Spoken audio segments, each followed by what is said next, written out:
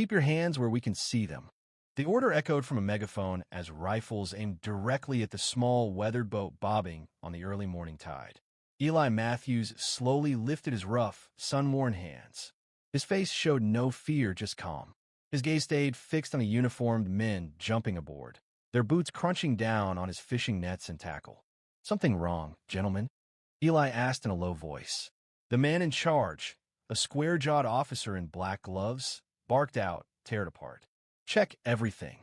Eli stood silently, unmoving, watching them tear through his gear. He said nothing, just waited. None of them had any clue that they'd be scrambling to get off that boat very soon. Every morning, just before sunrise, Eli walked to the dock behind his cabin in a quiet town called Briar Bay, tucked away on the Oregon coast. The pier was old, its white paint flaking, a few planks warped with age. He'd built it with his own hands decades ago when he still had the strength and the motivation. Eli, now 79, lived alone. No phone, no internet, no TV. Just silence and routine. He poured his coffee from a dented thermos, checked over his gear, and climbed aboard his old fishing vessel, a 1986 Raleigh skiff named Hazel, after his late wife. The neighbors thought of him as a loner, kind but distant, the type who tipped his hat in greeting but never stayed long enough for small talk. His days were all the same, just how he liked it. Out on the water, he could forget the things that kept him awake at night. The pain, the past, the memories. That morning was like any other. The sun barely touched the horizon when Eli felt a tug on his line. Something strong, maybe a sea bass. He leaned in, ready to pull, when suddenly a sharp roar cut through the stillness. A military patrol boat burst through the morning fog, sending waves crashing against the skiff. "Hands up now," came the command. Eli raised his hands again, slow and steady. He didn't flinch when 3 men in tactical gear leapt onto his boat, one of them kicking over his bait bucket. One glanced around nervously. Another muttered, "Looks like nothing." But the officer in charge, badge reading T. Dalton, wasn't convinced. "We got a tip," Dalton said. "Illegal arms deal. Exact location, precise time." He stepped closer. "And look who's conveniently parked right here." Eli didn't blink. "I fish here every morning," he said. "Yeah? Sure. Nice little boat for moving hardware." The youngest soldier scoffed, flipping open compartments. He spilled tackle, knocked over the thermos, and shoved aside Eli's old rod. Then he reached the dashboard and knocked over a worn photo of Hazel. Her smile, captured in sun-bleached color, now face down on the wet floor. Dalton ordered one of the men to check Eli's documents. They opened a hidden panel near the helm, pulling out a small folder with his license, map, and ID. Dalton read the name aloud. "Elias Matthews, 79. And what exactly are you doing here, Mr. Matthews?" "I told you. Fishing." The agents didn't buy it. They kept searching, pulled up floorboards, inspected every inch. Eli said nothing. He just watched. Calm, silent, unshaken. To the officers, it was odd. Most innocent folks panicked, protested. Eli stood there like he'd been through worse. Much worse. And he had. Eli had faced real interrogations. Years ago, in places where survival was uncertain and silence could save a life. This was just a hassle. A mistake. Dalton tapped the boat's radio. "Base, this is Delta Patrol.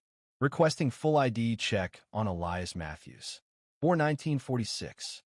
Any criminal record, military service, anything." As the other agents rummaged uselessly, Eli stared out at the open sea. The radio crackled. Then a voice came through, sharper, deeper, commanding. "Dalton, step away from that man immediately and issue an apology." Dalton paused. "Say again." "You've boarded Commander Elias Matthews, decorated war veteran, Silver Star and Navy Cross. Led the rescue team during the siege of Lo Vang, 1971. Recognized by 2 presidents." Dead silence. The officer's mouth opened slightly, as if trying to swallow his own words. He stared at Eli like seeing him for the first time. Another voice chimed in. "Update. Real target intercepted 10 miles south. 3 suspects in custody. Boat seized. Illegal cargo confirmed. Coordinates on your tracker were off by several degrees." Dalton's pride collapsed in an instant. His voice dropped. Mr. Matthews, we didn't realize. Eli nodded once. Still calm. Still watching. Commander, Dalton corrected himself. I'm truly sorry. This shouldn't have happened. May I have my papers back? Eli asked. Dalton handed them over with trembling hands, then motioned to the others. Fix everything. Now. Minutes later, the boat was quiet again. Eli sat, checking his gear like nothing had happened.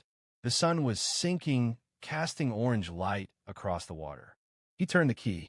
The engine hummed. He left the harbor without a word. Next morning, a black SUV rolled up to Eli's dock. Out stepped the younger agent from the day before, T. Dalton. Alone. Eli was prepping the boat. Didn't even look up.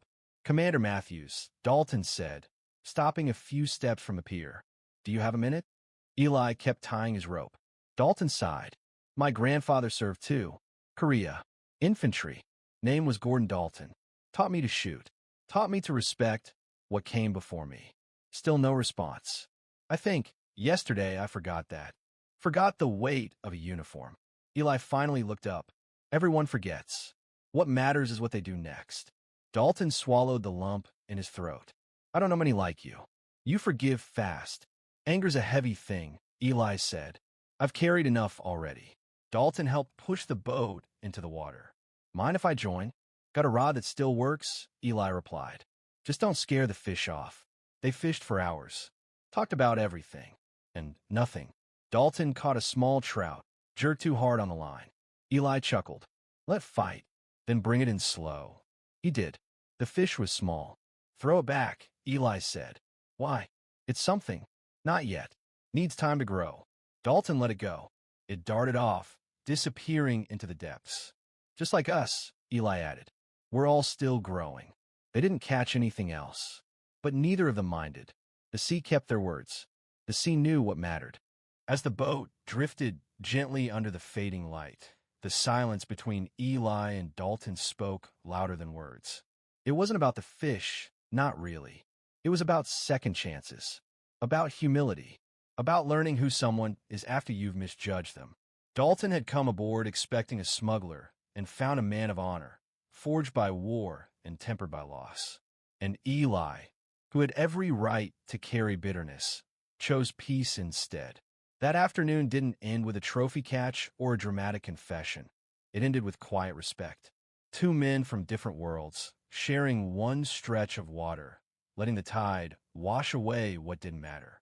As they pulled anchor and the boat turned toward shore, Dalton glanced at Eli, not as a suspect, not even just as a veteran, but as the kind of man he hoped to become. And somewhere in the distance, beneath the rhythm of the waves, the sea whispered its secret.